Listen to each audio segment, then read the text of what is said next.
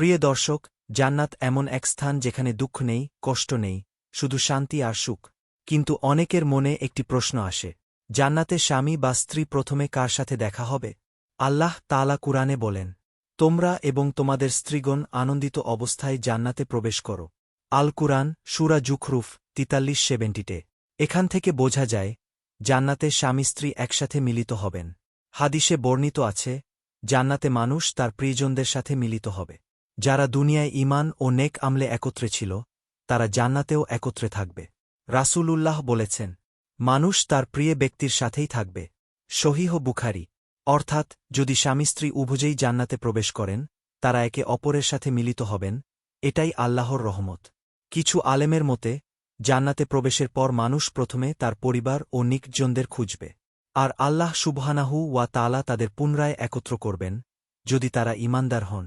আল্লাহ বলেন, আর যারা ঈমান এনেছে এবং তাদের সন্তানেরাও ঈমানে তাদের অনুসরণ করেছে, আমি তাদেরকে তাদের সন্তানের সাথে মিলিত করব। আল কুরআন, সূরা তুর 52-21। সুতরাং, জান্নাতে স্বামী স্ত্রী উভয়েই যদি জান্নাতবাসী হন, তবে তারা একে অপরের সাথে মিলিত হবেন। সেখানে ভালোবাসা হবে চিরস্থায়ী, বিচ্ছেদ থাকবে না কখনো। আমাদের লক্ষ্য হওয়া উচিত, নিজে জান্নাতে যাওয়া এবং প্রিয়জনদেরও জান্নাতে নিয়ে যাওয়া। আল্লাহ আমাদের সবাইকে জান্নাতুল ফেরদৌস নসিব করুন। আমিন।